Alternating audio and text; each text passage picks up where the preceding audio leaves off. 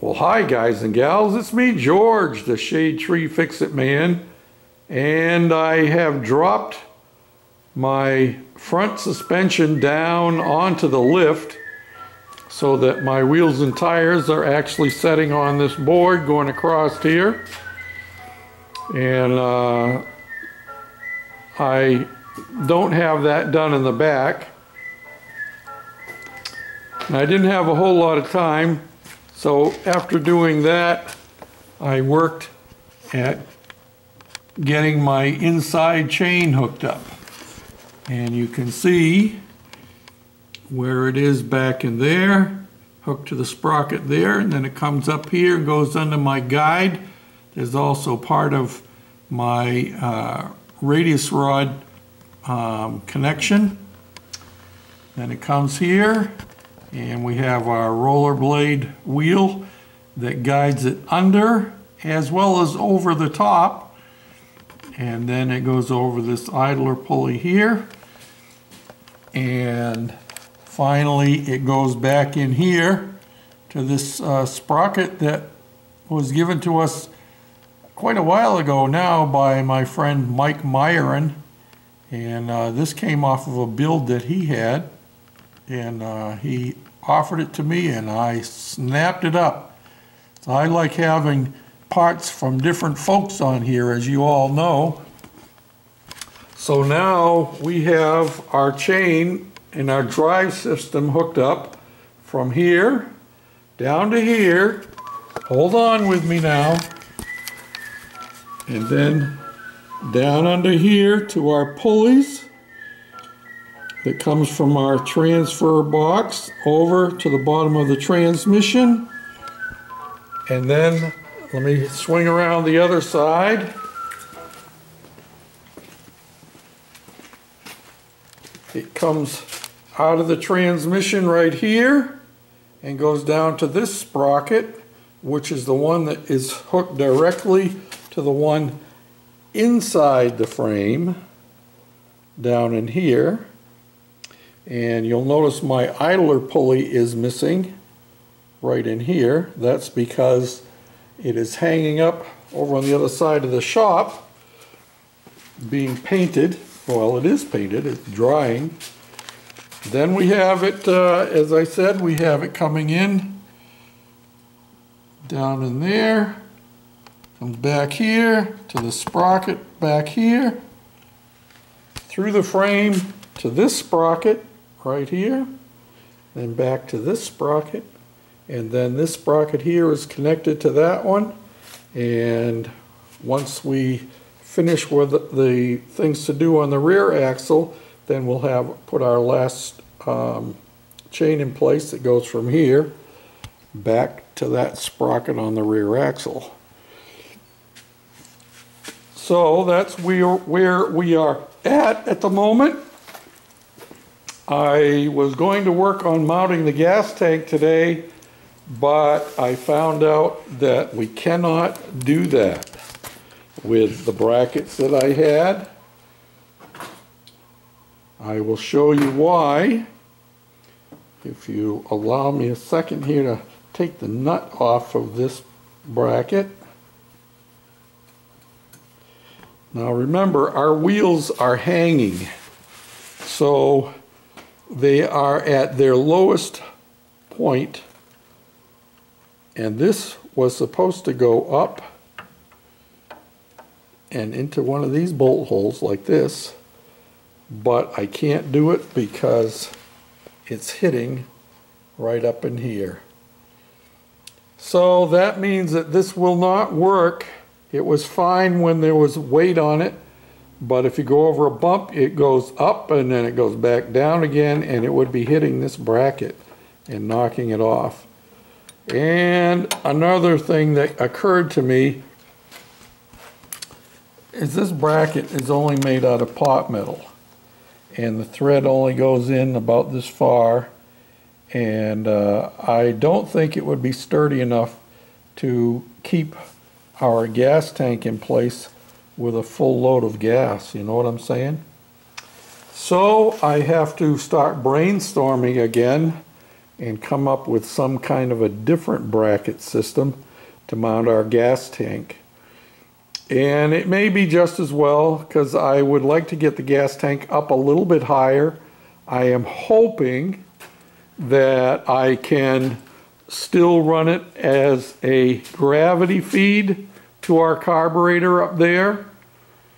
But if that's not possible, I do have a fuel pump. This is the fuel pump that I have. And it is made so that it runs off of the pulse from the engine. And my guess is that I would have to run this here. This is the hose that goes for the pulse. I would somehow have to mount this up in here so that I could hook that into, yeah, keep the camera up there, so I could hook it up into our breather from the crankcase. You know what I'm saying? And we could do that. That's not an impossibility. I could get that mounted up in here somehow. I'd have to make a bracket for it. Or if I couldn't do that, it's still possible that I could actually mount it down here on the frame somewhere, or maybe back in here somewhere like that. I see a hole right there that's available. At any rate, I wonder if I could rotate this. I might be able to rotate this line here just by taking these screws out and clocking it differently. But I could mount that there so that my fuel line here would come out the output, and the other fuel line would come into the input from the fuel tank, and then I would just extend my hose from here up to our breather, which would be a really simple thing to do. All I'd have to do is put a sleeve inside of here and extend that hose down. So we'll see. I'm hoping that we won't need to use a fuel pump, but if we have to, we have one in the waiting, ready to be used. So we have to work on those things. I should say that this did run with a fuel tank hooked up back there. I actually had the original, the Goofy Cart fuel tank, the round one, mounted back there with fuel lines run all the way down and through and up here, and it ran. So I'm optimistic that I won't have to use a fuel pump. So we'll see what happens.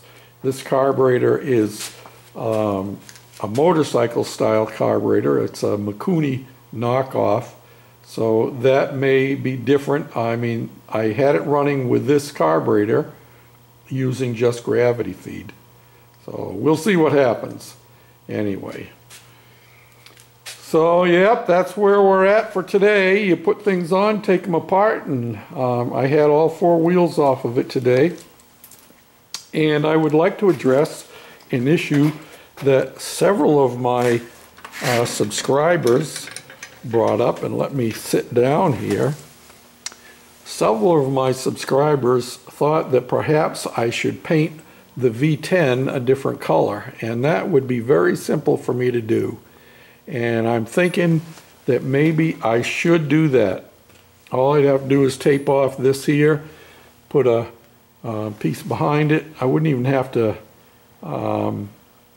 even if I didn't paint the back side of it, if I only painted the front side, it would be fine, because you're not going to look at it from the back anyway. But if I painted that red, it certainly would stand out more. And so we're thinking about that possibility yet. So I thought I would just mention that. So that's where we're at today, Monday.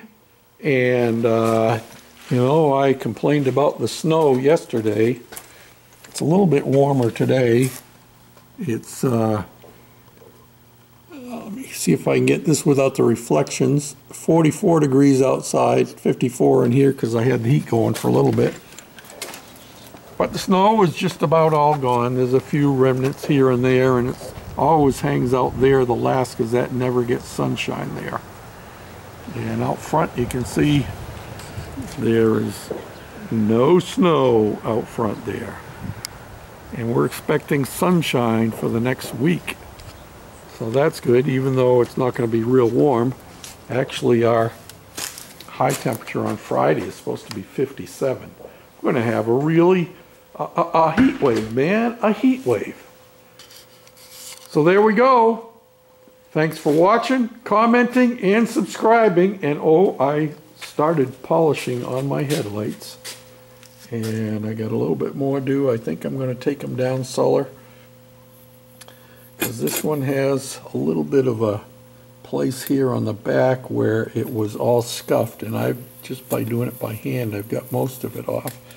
This one here didn't have that scuff mark, but they both have lots of scratches on them. They are vintage after all, so I'm going to take them down and I'm going to buff them out. You know what I'm saying? Then they'll be ready to mount and put our headlights into them. Yahoo! So, hold on to your hats. Till next time, this is George. No, this is George, the Shade Tree Fix-It Man.